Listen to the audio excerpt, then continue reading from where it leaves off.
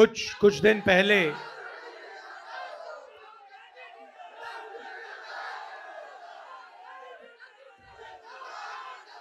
अच्छा बोलने तो दीजिए।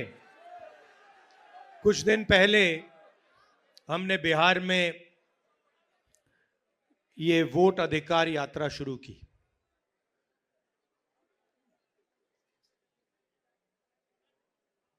ये काफी लंबी कहानी है, क्योंकि कुछ सालों से हमें शक हो रहा था और पूरे देश को शक हो रहा था कि इलेक्शन के सिस्टम में कोई ना कोई गड़बड़ है। लोग कहते थे ईवीएम की बात होती थी, आरएसएस के संगठन की बात होती थी, मगर एक बात दिखने को मिलती थी कि बाकी पार्टियों को एंटी इनकम्बेंसी हो जाती थी, मगर बीजेपी के खिलाफ कभी एंटी इनकम्बेंसी नहीं होती थी। तो अजीब सा लगता था, मगर हम खुलकर नहीं कह सकते थे क्योंकि सबूत नहीं था। महाराष्ट्र में हमें सबूत मिला। सबूत क्या था? लोकसभा का चुनाव हमारा गठबंधन जीतता है, स्वीप करता है। 4 महीने बाद उसी प्रदेश में, उसी महाराष्ट्र में वही पार्टियां लड़ती हैं। हमारा गठबंधन बीजेपी के गठबंधन के खिलाफ लड़ता है। हमारे गठबंधन का एक भी वोट कम नहीं होता। जितने हमें लोकसभा में मिले उतने हमें विधानसभा में मिले, मगर बीजेपी का वोट बढ़ जाता है। अजीब सी बात है।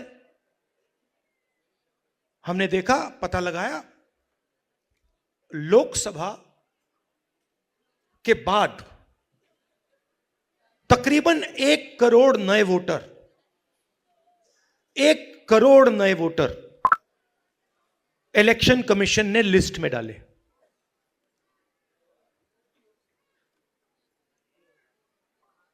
$45 लाख लिस्ट में और बाकी वोटिंग बढ़ी। सारे के सारे जो वोटर नए वोटर थे, सारे के सारों ने बीजेपी को वोट दिया। और जहां भी नए वोटरों ने बीजेपी को वोट दिया वहां बीजेपी ने चुनाव जीता। हम गए इलेक्शन कमीशन से, हमने पूछा बताइए कौन है ये लोग, ये नए वोटर जो हैं, ये टर्नआउट जो बड़ा है, ये कौन है, हमें इनके नाम दीजिए,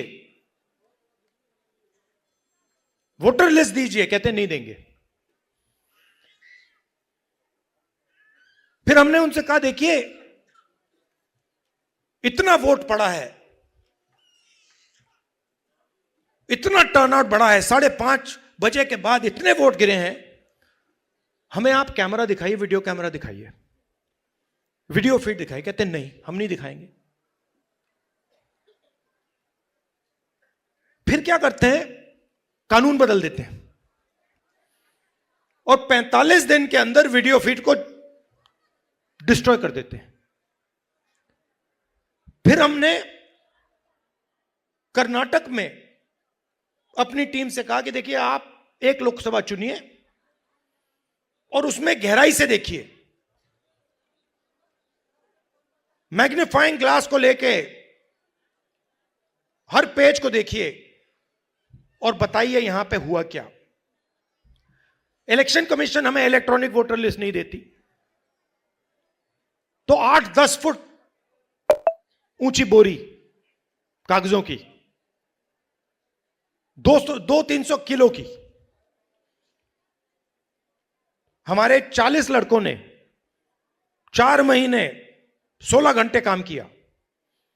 वोटर लिस्ट में एक फोटो को लाखों फोटो से मिलाया, एक नाम को लाखों नामों से मिलाया, एक एड्रेस को बाकी एड्रेसेस से मिलाया और सच्चाई निकली। सच्चाई क्या थी? सच्चाई थी कि 7 सीटें हैं बेंगलोर सेंट्रल में, 6 कांग्रेस पार्टी जीतती है। 7वीं सीट में एक विधानसभा में 1 लाख फर्जी वोटर, 1 लाख। और जहां फर्जी वोटर थे, जिस असेंबली में फर्जी वोटर थे, वहां बीजेपी जीतती है। वो सारे के सारे 1 लाख जो वोट थे, उसके कारण बीजेपी लोकसभा का चुनाव जीत गई। मैंने प्रेजेंटेशन किया। अच्छा, मैं आपसे एक बात पूछना चाहता हूं, आपका नाम क्या है? कुमार जी, अगर मैंने आपसे कहा कि आप चोर हो, और अगर आपने चोरी नहीं की, तो आप क्या करोगे?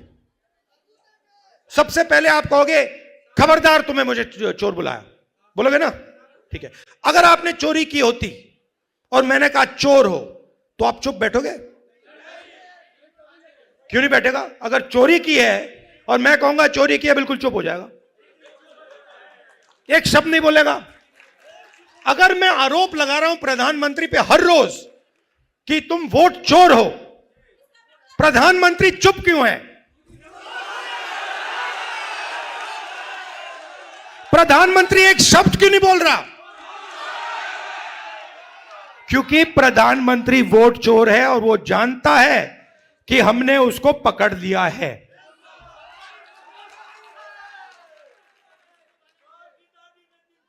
देखिए, मैं आपको एक बात बताता हूं।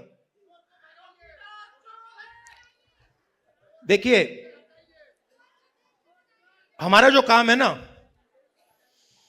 मेरा जो काम है, मेरे बारे में आप दो चीजें समझ लीजिए। सबसे पहले, अगर मैंने किसी चीज के बारे में मन बना लिया, तो फिर मन बना लिया। और दूसरी चीज, मैं सुपरफिशियल बात नहीं करता हूं, मैं गहराई से चीजों को समझकर काम करता हूं। अब आप एक बात समझिए और सुनिए। जब वोट चोरी होती है, तो इस संविधान पर आक्रमण होता है। इस संविधान में लिखा है कि हिंदुस्तान के एक नागरिक को 1 वोट मिलेगा, चाहे वो अंबानी हो, चाहे वो सबसे गरीब व्यक्ति हो, किसान हो, मजदूर हो, वोट 1 मिलेगा। माधवापुरम में एक व्यक्ति का नाम 4-5 बार वोटर लिस्ट पे आता है। यह संविधान पर आक्रमण है और यह हम नहीं सहेंगे, यह हम नहीं होने देंगे। अब आप अच्छी तरह सुनिए।